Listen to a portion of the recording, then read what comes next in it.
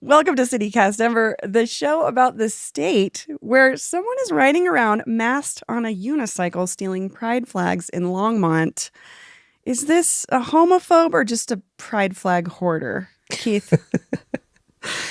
Maybe what they're doing is they're stealing them to steam them because there's no greater homophobic act than a wrinkled pride flag? Than hanging your fresh from Amazon folded 40 times pride flag without steaming Creases it. still right, right down the center. Just right out of the package. So hopefully that's what they're doing, and then they're going to return them freshly ironed. Yeah. Let's think positively. This person has stolen the same pride flag from the same house 3 different times. Oh no! And has not returned them. So I don't know. Also, I don't know. Someone that steals pride flags doesn't feel like they're up on things enough to know they should be steaming them. I mean, that's villain behavior. It is. So. It's true. Well, it's Friday. I'm Bree Davies. We're coming to you on video from the beautiful Dude IDK studios in 5 Points.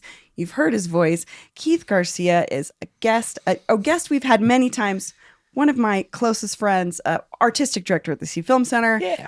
A fellow churchgoer in the Church of John Waters. Yes. You and me. The only church I believe. Keith, thanks for joining us. Thanks for having me, and thanks for having me visually as well. This is my debut. This is what I look like, everybody. In case you were wondering, this is what he looks like. And of course, we have our own newsletter editor.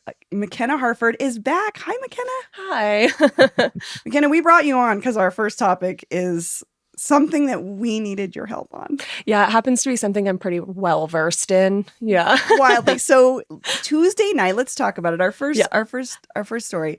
Tuesday night, voters in a special election in Douglas County voted no to becoming the next home rule county in the state by a lot. 71% of folks said no. McKenna, you covered DougCo for a long time for Colorado Community Media. So you know this area really well. But before we get into that, can you give us like the TLDR on what home rule is? Yeah, it's like a form of local government, and it gives slightly more local control to the county or the city. There's a little bit different rules depending on what you are. But yeah, it's just a charter form of government. And so there's like a huge 9-step process to becoming a home rule county. And it gives the residents of the county a little bit more voice in what their county charter looks like, what those ordinances are. I have to say, on its face, this sounds like a thing DougCo would be into, but we're going to get into a little bit more of that because, like you said, it's a 9-step process. It's something that's not easy. Before we go there, we got to talk about the players. I need you to give us a little lay of the land of the 3 gentlemen that put this ballot initiative forth. Who are we talking about? So it was brought forth by the Douglas County Commissioners, which is a set of 3 gentlemen, Abe Layden, George Teal, and Kevin Van Winkle. And they brought it forth to the voters, which is a little unusual, actually, because in other communities that are home rule, it's come from the residents themselves. It's kind of started grassroots. So the commissioners put it forth kind of as a way. They were arguing it would be a way for them to avoid some of the liberal policies coming out of the State House. And which, again, sounds just like DougCo. But I want to... Channel 7 reported, too, just about one of these gentlemen. A Republican Commissioner, George Teal, who led this losing home rule effort, claimed without evidence that the opposition was funded by, quote, the Chinese Communist Party. Yeah. And it was reported... I think this came from one of the opposition groups, was led by Aiko Browning, a Highlands Ranch doctor of Japanese-American descent. But I feel like that sets the tone a little bit for... Yeah, that was a really unfortunate comment. I was shocked, honestly, to see that. And I think Kyle Clark had asked him, like, oh, what evidence do you have of this? And his response was more like, what evidence is there that she's not? And it was like just pointing at a person's physical identity. So kind of gross. But... It's so wild. It's just so wild. But okay, so again, DougCo is like 16%. I think it's 16% Democrat. Yeah, 16, 17%. It's a really small tiny percentage. So that means Dems, Independents, and Republicans had to come together to defeat this. Are you surprised that DougCo voters said no? I am. I think that the idea of a home rule county is something that is really enticing for a lot of DougCo residents, as you mentioned, especially the more conservative residents. I think that this proposal just wasn't attractive to them because of the people who are putting it forward. The county commissioners don't have a whole lot of trust from the people in Douglas County, as you can see from these election results. And as you mentioned, it had to be not just from people who were opposing them because they're Republicans, but people from their own team. Yeah. So, yeah, it was just, I think that the rushed part obviously seemed very clear. This was a special election. Yeah. But again, there was an organized opposition to it almost immediately from the people of Douglas County.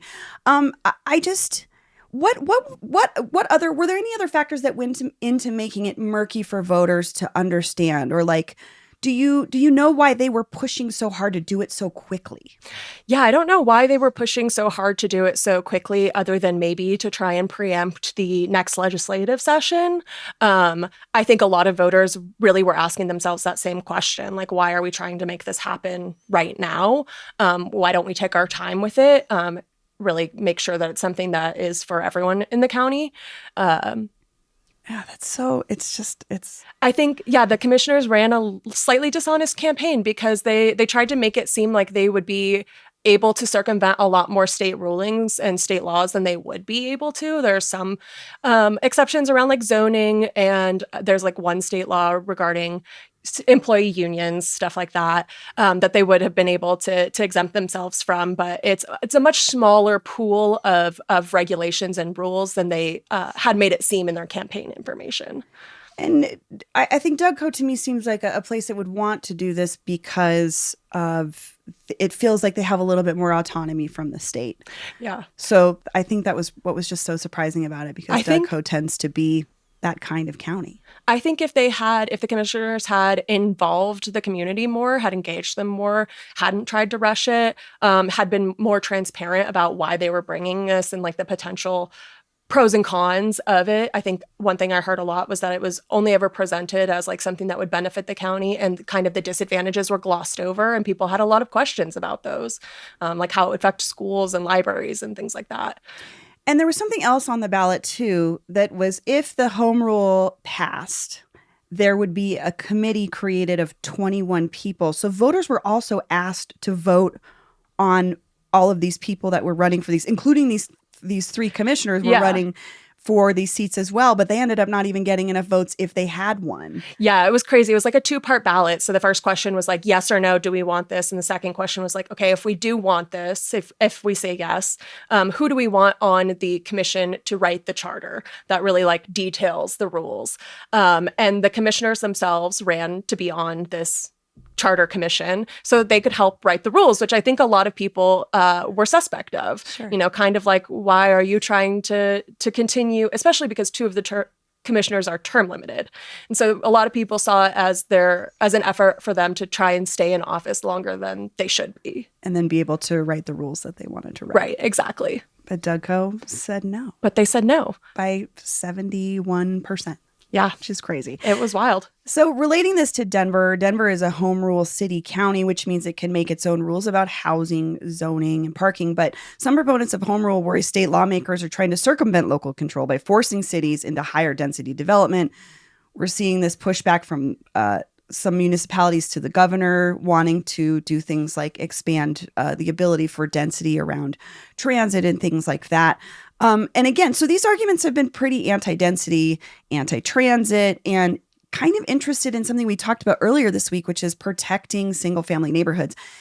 Keith, have you heard this sentiment from old Denverites? I'm thinking about this, like, I don't know if people think of it as anti-growth, but it kind of comes across as anti-growth. Like, who do you want in your neighborhood kind of thing? Yeah, I mean, I don't know. As someone who, like, we still have our family home that I was raised in over in Athmar Park.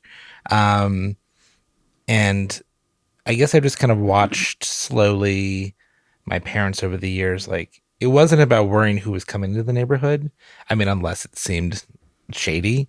But there was a little bit more about the response of, why do you have to build a whole new building in an area like that? Parking lot was fine. Like, or parking lot was fine. Yeah. As it is, which I know what, you're the part of town you're talking about with Athmar Park is there are a ton of parking lots sort of dotting around the neighborhood, which would be good for places like apartments. Yeah, for sure. But I don't know. I mean, as someone who lives in an apartment building, I appreciate options of being able to find a place within that density. I don't know. It's I kind of like to see the growth. Of course, obviously, old Denver, we just don't want to see things demolished, disappearing, all that stuff. But I didn't think about it. You live in one of these newer high density buildings. Yeah, I think Uptown. my building's like 6-7 years old, something like that. Which was necessary when I remember you were living in Baker for a long time, and then you had one of the most typical stories we hear of a lot of renters is my landlord sold my house and I had to find something else. What was that experience like for you? I mean, it's a pain in the butt because it was immediately, it was 2020 during the pandemic. And that just was when the landlord decided after many years he lived at the house that I lived in, which was split into 3 apartments. I lived there for 16 years. He had lived there originally back in the 80s and then bought the house over time and then partitioned it out. There was just the long, like, no, don't worry. This is fine. This is how I want to keep this. I loved this house when I grew up, when I, lived in it and just wanted to have this place for everybody. And then one day it was just like, so anyway, I sold the house and it was like, you're thrown into the rental market. Yeah. And then it was like, and there's literally like 2 months. Like he was like, people are going to come looking at it. I'm doing some minor restorations, but you got to find a place. And then you had to leave the neighborhood. Yeah, leave the neighborhood and then go into a place further downtown. Not too much further, but yeah, at that point it was like, well, there's all these great new buildings to kind of like move into and look at. And I found a great place. Over time, management has changed hands like 3 times at this building. And that building is less than a decade old. Yeah, exactly. And so that's led me to, try to see if I can find someplace cheaper, et cetera, because rent had started rising a lot. I think I saw a $500 increase over 3 years at my place. But then there's literally like 3 apartment buildings growing up around my apartment building too, within like a block or 2.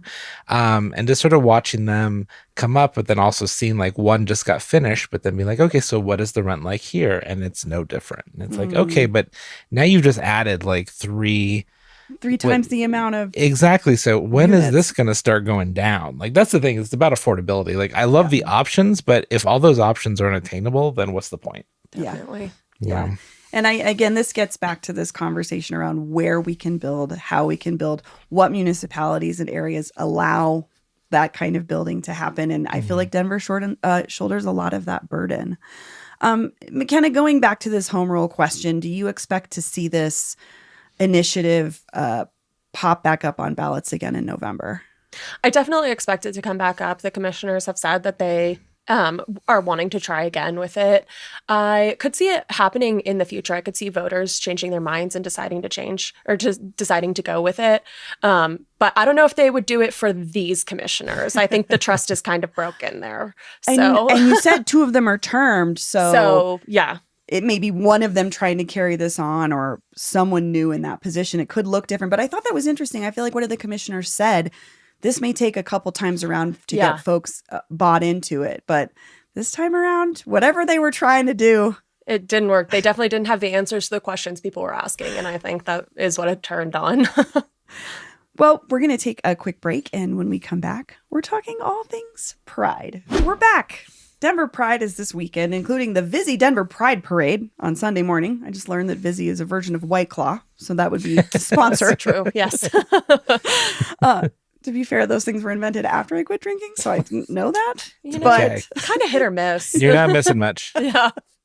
But we want to talk about this corporatization of pride, which has been an ongoing conversation for years. I mean, even probably since the beginning of Pride parades. And it's changed a lot in the last year as corporate sponsors have pulled out. McKenna, do we know who's pulled out of the Denver Pride Parade? Like where are we at with that in terms of like who's sponsoring it and how is it being funded? Yeah, the Pride website has that there's a $230,000 decrease in the sponsorship this year. It's a lot of money. Yeah, big chunk of change.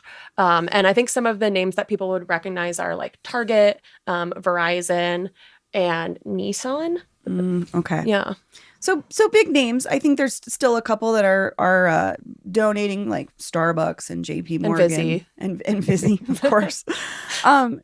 Keith, I feel like you and I talk about this all the time because we were Target girls for a long time. Yeah, we're Target girl no more. And we have been boycotting Target. But I think it's part of this larger conversation too about this rollback of DEI. And you're somebody that's in charge of hiring people. You are in this space all the time. How do you think about this DEI rollback and how does that, I don't know, I guess, how does that fit into what you do as somebody that employs other people?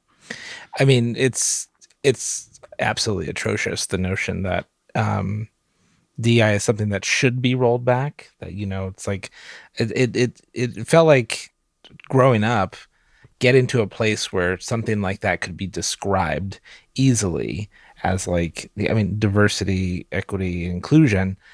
How does any of those three words sound bad? Yeah. But that this became this like, you know, terrible focal point for the current administration and the many people who follow it and don't want to risk losing their own money when it comes to federal funds and all that stuff. Like, you know, as a nonprofit organization, which is Denver Film, we're still heavily, we're not changing a thing. Like, that's just like from the minute all this stuff started rolling around, it's like, no, that's not on our table. We actually receive very few federal funds in terms of grants. And I can't speak to exactly which ones, but I just know that when we had the conversation, we're like, are we about to lose something? It was like, no, we're fine. The ones that we go through, foundations and other stuff that has no connection to the federal government, which is great. But I do know a lot of other art house and film organizations around the country who did rely heavily on some federal funds. But it's still stuck in the same way where there was, I think it was an NEA grant. Yeah, that was a big loss for a lot of arts organizations. Yeah, that when that was being announced as being pulled, and there were people organizations that we're friends with that were in the middle of receiving the funds already. Like they had things going on based on those funds. Those funds were already allocated. And then they were given the letters that it had been pulled entirely. And you know, they still staunchly, like they made announcements about what happened to the loss, but they were also saying, we're not changing anything just to get this money back.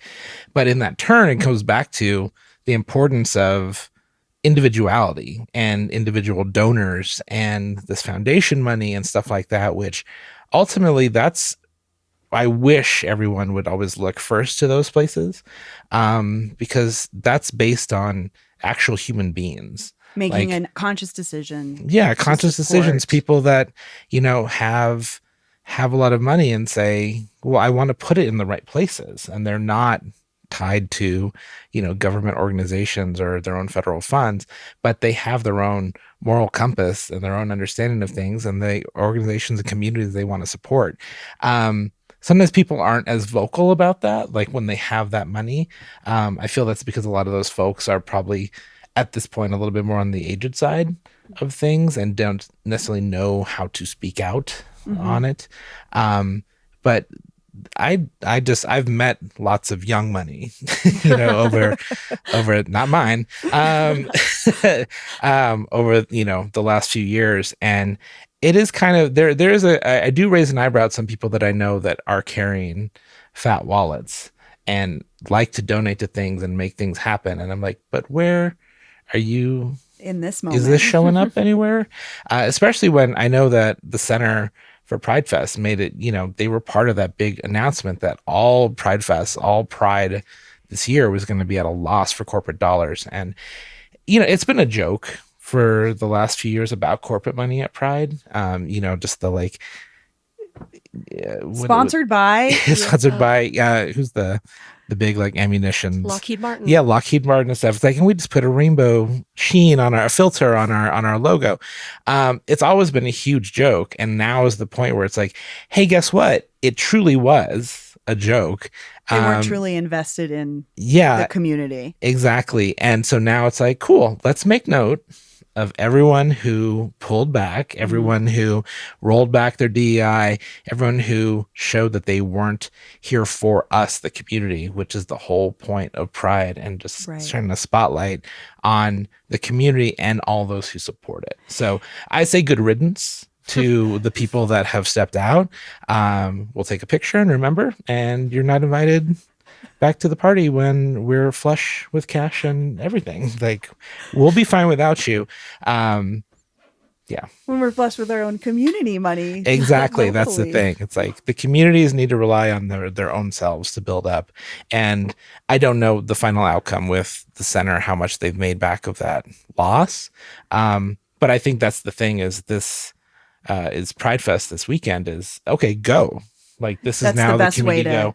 Is actually spend money at the vendors, donate money if you have it, all that stuff. It's like, now is the point where you go and do that and show support up at the community. Parties and, you know, tip your bartenders. But also, like, give money to organizations while you're there. I mean, that's one of the great parts about Pride. McKenna, I don't know if you've been down to Civic Center for it. Yeah, I mean, a couple times. It's been going for decades, but it's this really beautiful time when you do get to actually see also it kind of shows you which companies in your own community are truly out in support of the LGBTQ community. Yeah, very true. Which I like. It's like kind of a signal, just like, oh, keep that in mind during the rest of the year, that these organizations and groups are doing this work, whether it's Pride Month or not. Exactly. And Denver Film has a booth on Sponsor Row because we're partnered with the center. We have been for the last 20 some years.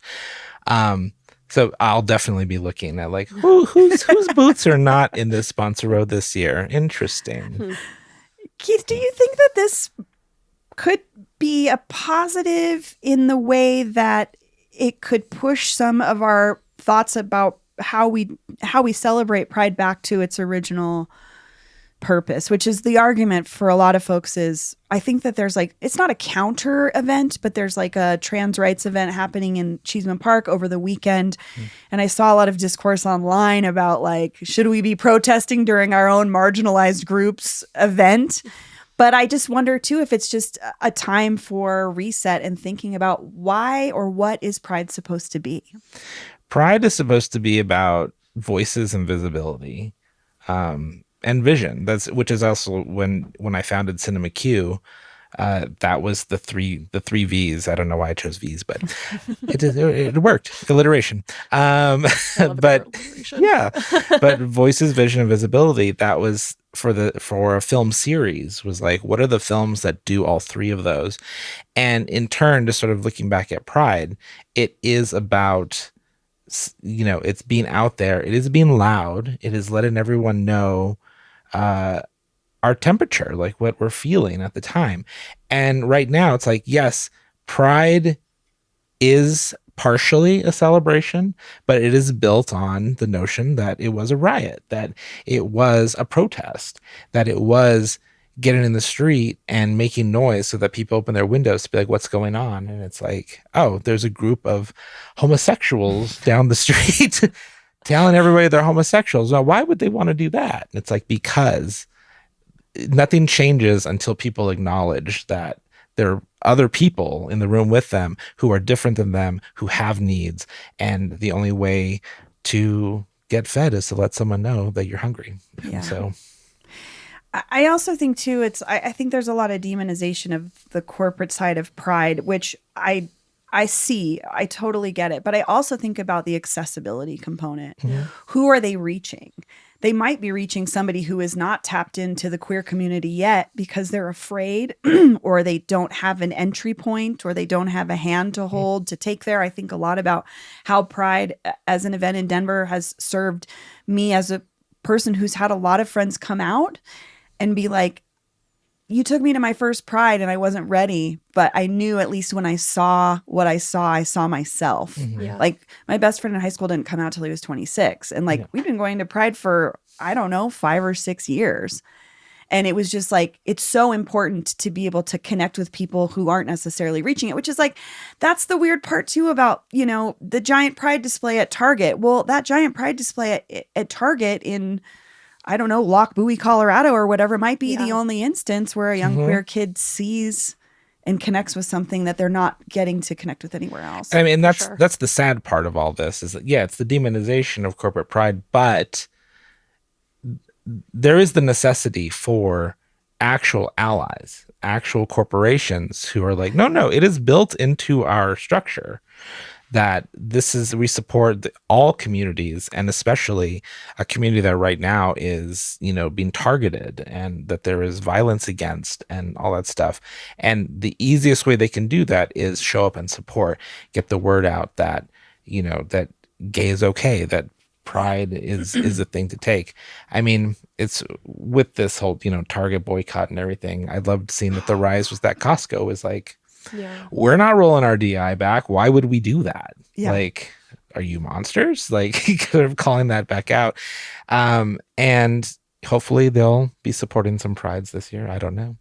But, I think that's where it comes down to, though, like, was the company doing it just to do it? Like to get their little, pat on the back, or were they doing it because they meant it? And it sounds, Costco is a great example of a company that is, it seems like from the beginning, been very interested in investing in their employees, regardless of who they are personally. And if they are underlining that they're not changing their DEI strategy, then it's like, and if so, well, we're also supporting, here's some Juneteenth activities we're supporting, here are some Pride activities we're supporting, here just anything that falls into the DEI world. I hope that they are sort of taking that on, especially this year, but we'll see. Well, let's talk about some fun stuff. There's some great There's some great Pride stuff happening this weekend. McKenna, you write our newsletter. You look at this every day.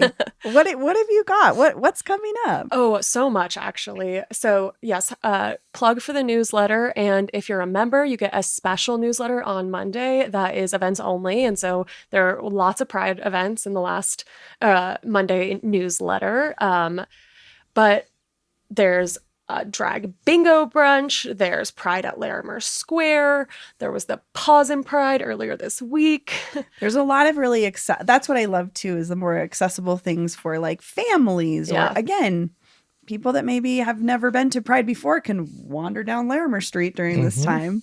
Keith, what are you looking forward to?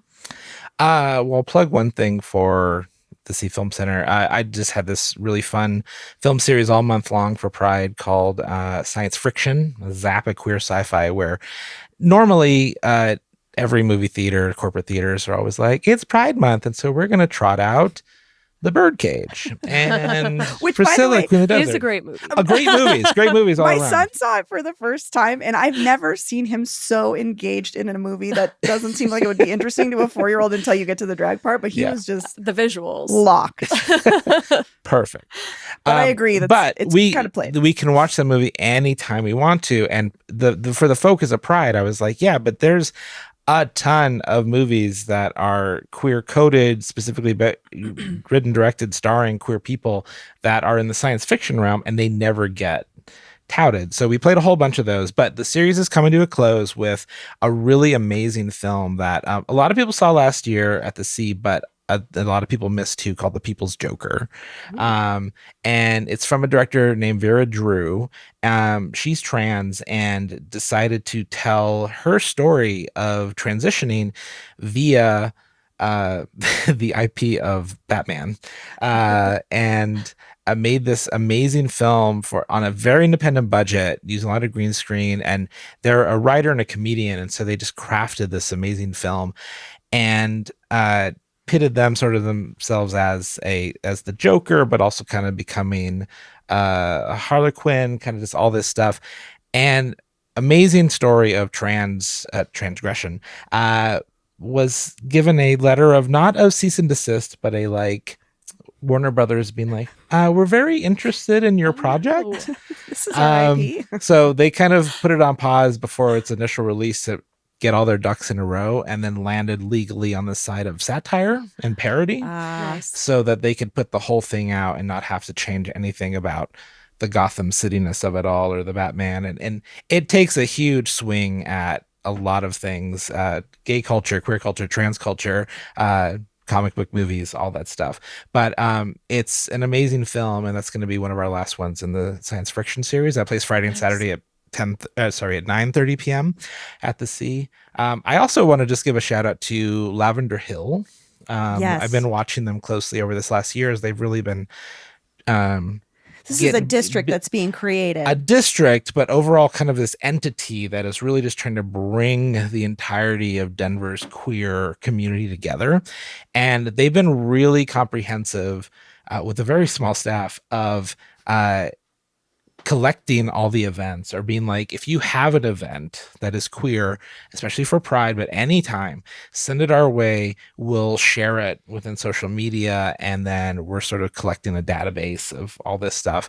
And it's for a bigger thing to just kind of build this notion that, I mean, when you think about it as Lavender Hill as a district, and they even admitted when we talked to them that when you look at the shape of it, it's a wild shape because it's not. It's like a gerrymander shape. It's not, it's kind of like I kind of like that. It kind of looks like a limp wrist if you kind of look at it like this. I'll have to take a closer look over the city, like a limp wrist over Denver. But they've just been doing a great thing, and I would just say definitely look at Lavender Hill's social media to see a comprehensive, like, everything that's going on, because everyone's been talking to them, and they really just want to send the queer community and our friends and allies into all the best events this weekend. So. I love that this has been created too, because I think it's one of the things that Denver kind of lacks in our neighborhoods is like we don't have as clear-cut designated neighborhoods as other cities do that are devoted to the communities that really brought them alive. And we know that's a huge component of the Colfax story and the Capitol Hill story. And so the fact that it's finally sort of being organized in a way that we can now you can send people to that area. You know, I mean, we already were like, come to visit Denver, do this, but come to when you visit Denver, make sure you go to Lavender Hill. Here's a guy, you know, and like that's something I would do in another city. Yeah, just like grab a map and see what they, see the businesses that are part of the community. And I think that they're doing such a great job with that. Yeah, and I think, like Chicago, I've been visiting that place a lot recently, and they have Boys Town. Right. Which is literally one whole sort of like street, and that's easy for them. But it's like, I get the complexity with Denver. Denver, it's like all over the place. It's still spread out. We don't have a gayborhood per se as much as we have a very queer city. And so it's just connecting the dots to keep everything kind of within like... I think that a lot too about Denver is like, people don't realize what our drag community in particular has brought to the national and international stage. I mean, these are your good friends. I'm thinking about Willow and Evie and Nina Flowers. And we've had, and they still do that work in the community, but also underneath anybody that's made it that far are dozens of people that are doing that every day. Exactly. So I think it's lovely.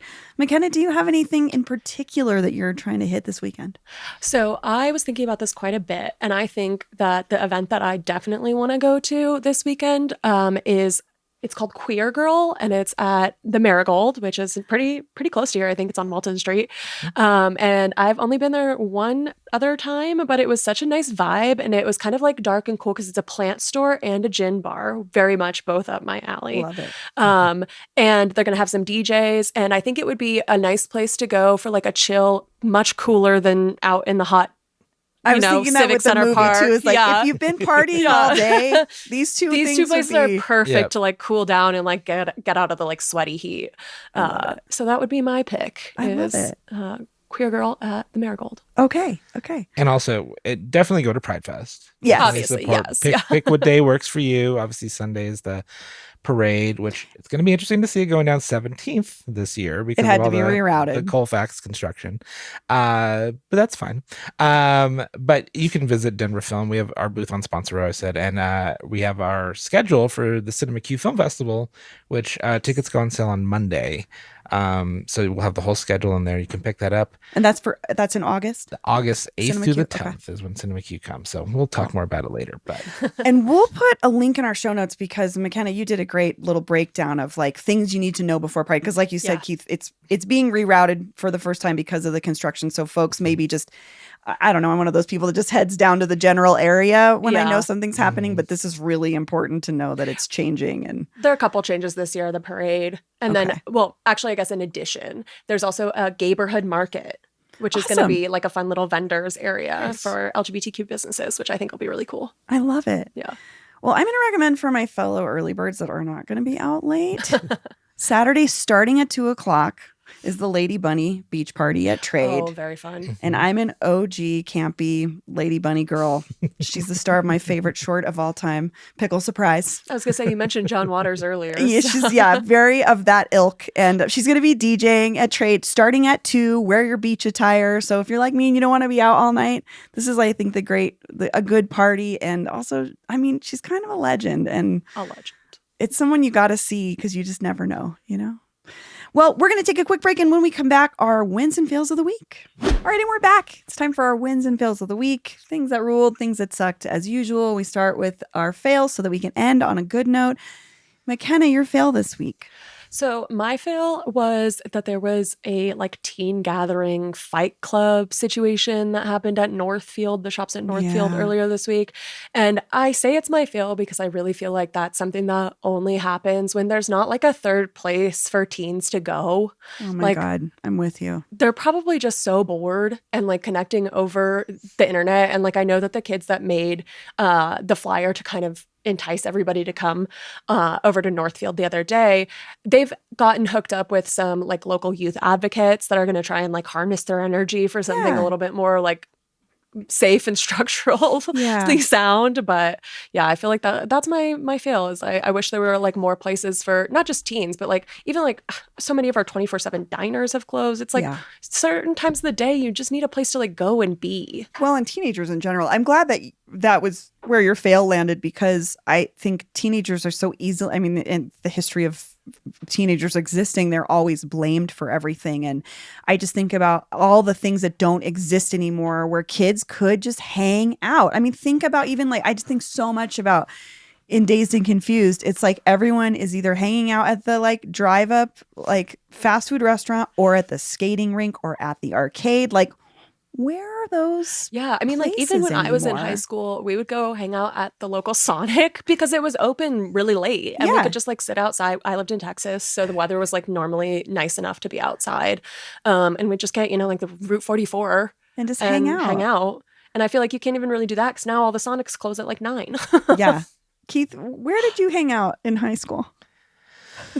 I was a cruiser. I drove around a lot. When I got my license, I definitely borrowed the car a lot. I usually, I was also a theater kid, so I was we're going to Village Inn. Oh, and we used to go to the Village Inn in Cherry Creek randomly for some reason, all the time. R.I.P. that Village Inn. Village Inn. All my friends smoked at the time, and I did not, but I would. To fit in would borrow a cigarette and light it and give the lightest of a puff. But then I'd spend the duration of the conversation just flicking the ash into the ashtray very dramatically. My best friend had a convertible Mustang. Ooh. So very nice. And he had a 50 disc changer in the trunk. So we would load it up and then drive around Larimer, Spears, sometimes up to Westminster to drag race. We had Colfax. Our teenage years, we had good malls. So hung out on the backside of the Cherry Creek Mall. We used to smoke at the Buckingham Mall. I had a friend who always used to tell people, or their mom would drop us or them off at the mall, and as their mom would drive away, just yell out the window, "No hot assing, no hot assing." Was that mom's word for? I don't know if it is flirting or just being My dad would say no necking. No necking. No necking. And I'd be like, Dad, all of these guys are my friends. Gross. It made me aspire to figure out what hot assing was and become the best hot asser that ever was. So. I love parents' ancient lingo. I can't wait to see what I say to my son, who he's like, what are you even talking about? Ugh, well, teenagers. We love teenagers. We do. And they need places to go. Yes, absolutely. Keith, what's your fail? My fail is Yeah, I mean, we can go into the complexity of the Colfax reconstruction and everything, but it is causing a rift, as you mentioned before, with PrideFest this weekend, and that the parade route is no longer coming off of Cheeseman on Franklin onto Colfax, which then we know that closes down Colfax for a good portion of the day, but then all the other streets, 16th, 17th, etc., are open for travel. Now this parade route is cutting right across Colfax, so closing Colfax, closing 16th, and then going on 17th. So, and if it's coming from 13th on Cheeseman, that means you're going to have to go to like 6th or 8th to like essentially travel to the other side of York and all of that. So plan accordingly. But the big fail of it is of course the gays are going to get blamed for it. It'll be like, why is the street closed? Gays. It's the homosexuals. Traffic. Pride. Gays. Yeah. Well, it's something to keep in mind. Like we said, we'll have our link in the show notes, but please, before you go down there. Yeah, don't show up to Colfax. Yes. Yeah, do not go in Colfax. You're going to be real sad being like, why isn't the parade happening at this point? Meanwhile, there's cheers from like I was like, you could hear it from a mile away. Well, my feel is kind of looped into what you were saying, McKenna, is the other night we could not find any restaurant open after 8 p.m. And I was like, what podunk town do I live in? This is a problem for me too, because my husband does night shift. Right. And so like when we want to go out, it's usually later in the evenings when he's just woken up. And there's just like, my husband was to the point where like, he's a musician. So a lot of times it's like after a show. And he was to the point the other day where he was like, we could just start a restaurant. And I was like, the eternal optimist that Greg is. I was like, have you ever... Restaurants are a hard business. He worked at Perkins in the early 2000s as a host when he was 16. I don't think he has an idea of like what it takes. But it's like, he was like, that was the point he was at, was like, someone needs to open a restaurant, and is it going to be us? And it doesn't even need to be 24 hours at this point. Maybe something open until midnight on a Tuesday. It's crazy. Just like pick one day that you could be open a little bit later. I bet people would flock to you. Oh my God, please. Raising Cane's is open till 1 a.m. So is Taco Bell. Yeah, that's true. I guess we could just go hang out in the parking lot of Raising Cane's or Taco Bell. That's a real romantic date night. I mean, I will give a shout out. The Taco Bell at Colfax and Williams by the Squire, it's never not entertaining to be in that parking lot. True. So, well, if anyone's out there wanting to open a restaurant, now's the time. Yeah, we're begging. Let's finish off with our wins. Keith, what's your win this week? Well, it's a win that ties to your fail.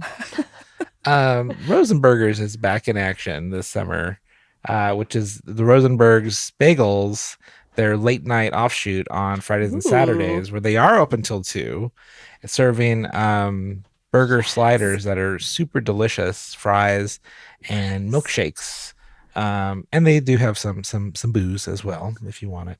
I think they open Rosenberger's at like 5 p.m, something like that, and then they stay up until 2.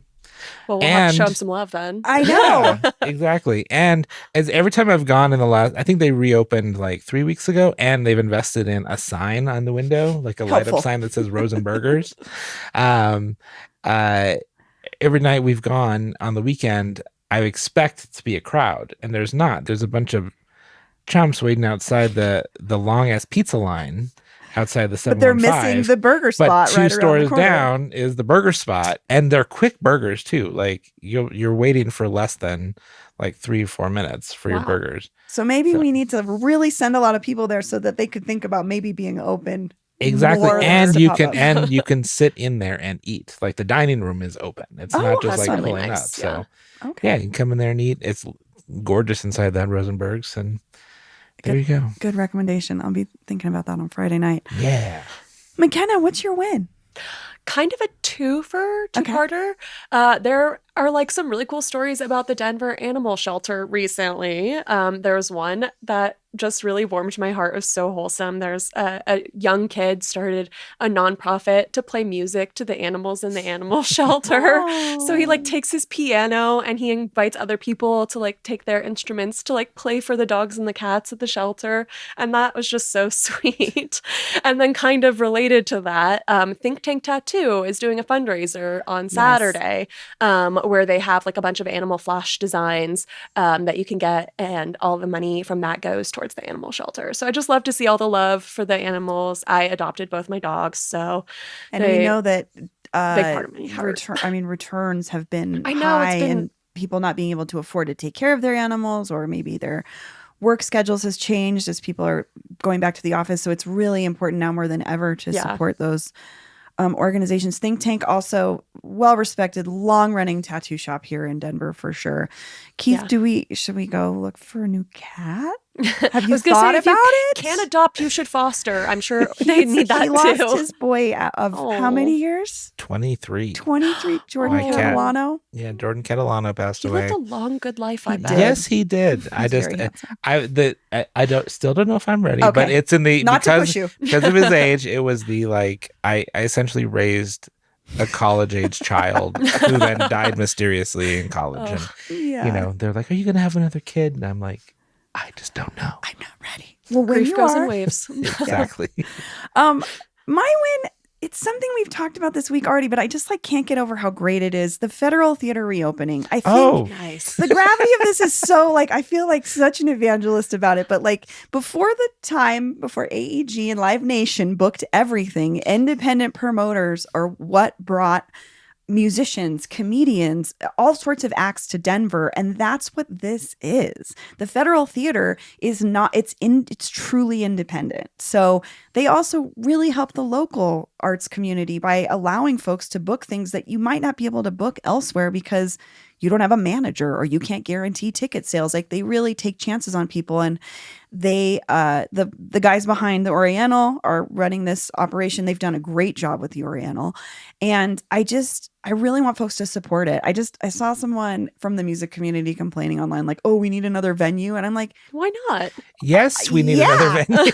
Absolutely. And also, this is an independent venue. It's so rare these days, and I'm so stoked. Also, Keith, we grew up here. There's been nothing in that. There was Patty Calhoun told me there was a carpet store in there, and it's in a church. That's the thing. I had this period in my early 20s where I was like, I had no credit, but I was like, I'm going to get a loan and I'm going to reopen one of these. Denver is still peppered with defunct movie Bluebird palaces. didn't open until the 90s. The Ogden didn't open until the 90s. But I was like, I'm gonna do this. My dream was actually the Weber, the Kitty South on Broadway, which is great restoration, terrible waste of its. I feel like it's sitting there empty, or is it a distillery? There's a club in there now or something. I saw a red velvet rope and a bunch of people fighting outside. I don't know what, but.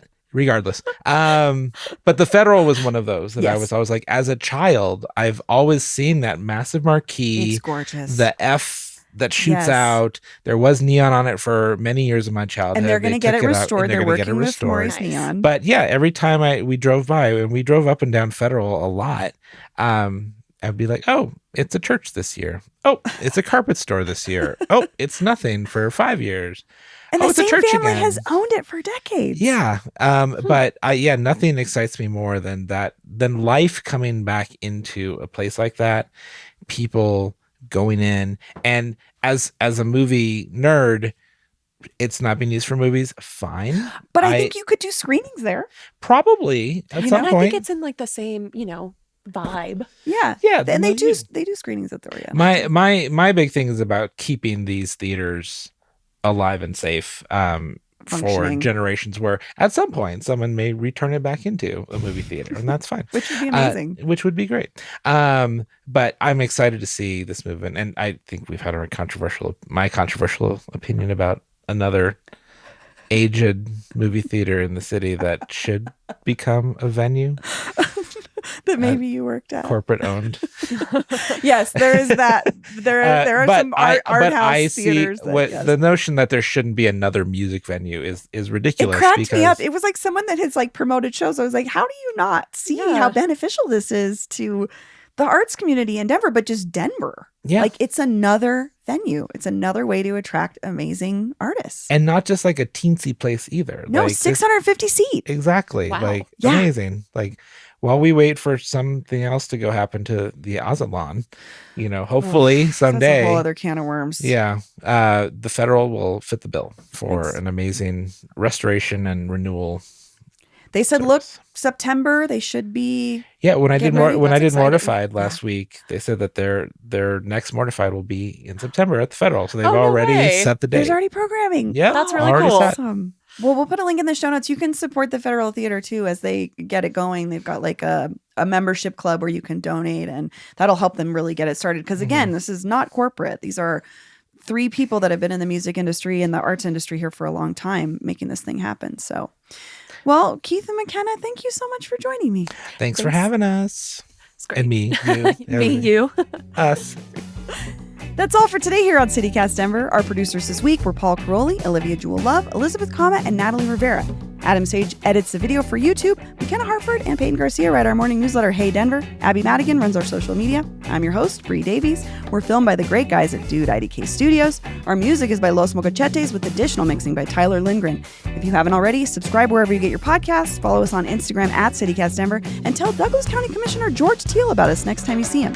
You can sign up for our daily newsletter and learn more about us at denver.citycast.fm. See you next week.